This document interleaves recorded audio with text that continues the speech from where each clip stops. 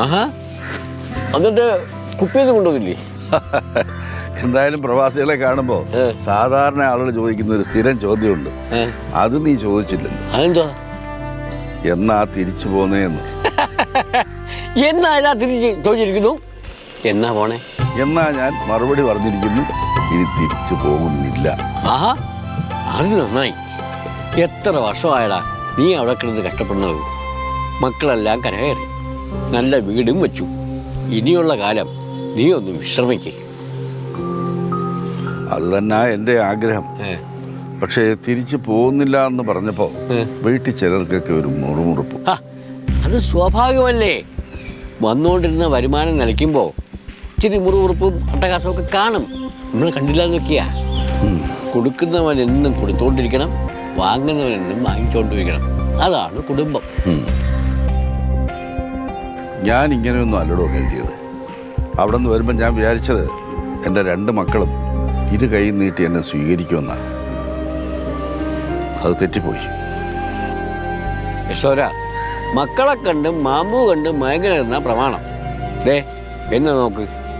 എൻ്റെ മോളെ ഞാൻ കെട്ടിച്ചുവിട്ടു, നല്ലവണ്ണം കെട്ടിച്ചുവിട്ടു. പിന്നെ മോയ്, അവനെയും ഒരു ജോലി എത്തിച്ച് കരപറ്റി. പിന്നെ ഇവരാരും നമ്മളെ നോക്കുമെന്നുള്ള നിശ്ചയമൊന്നുമില്ല. അതുകൊണ്ടെന്താ, ഞാനും എൻ്റെ ഭാര്യയും കൂടി ചേർന്ന് ഒരു ബേക്കറി തുടങ്ങി നല്ലവണ്ണം അത് നന്നായിട്ട് പോകുന്നുണ്ട്. ഇതിലപ്പുറം വേറെ എന്താ വേണ്ടേ? നിനക്ക് നിന്റെ ഭാര്യയെങ്കിലും ഉണ്ടല്ലോ. എനിക്കതില്ല.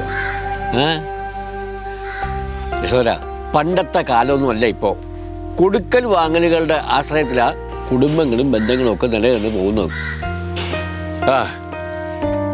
എന്താ നിന്റെ ഭാവി പരിപാടി? എന്ത് ഭാവി? ഒരു വണ്ടി എടുത്തിട്ട് ഓടണമെന്ന് ആഗ്രഹം ഉണ്ടായിരുന്നു. പക്ഷേ അവൾക്കത് തീരെ കുറച്ചിലാണ്.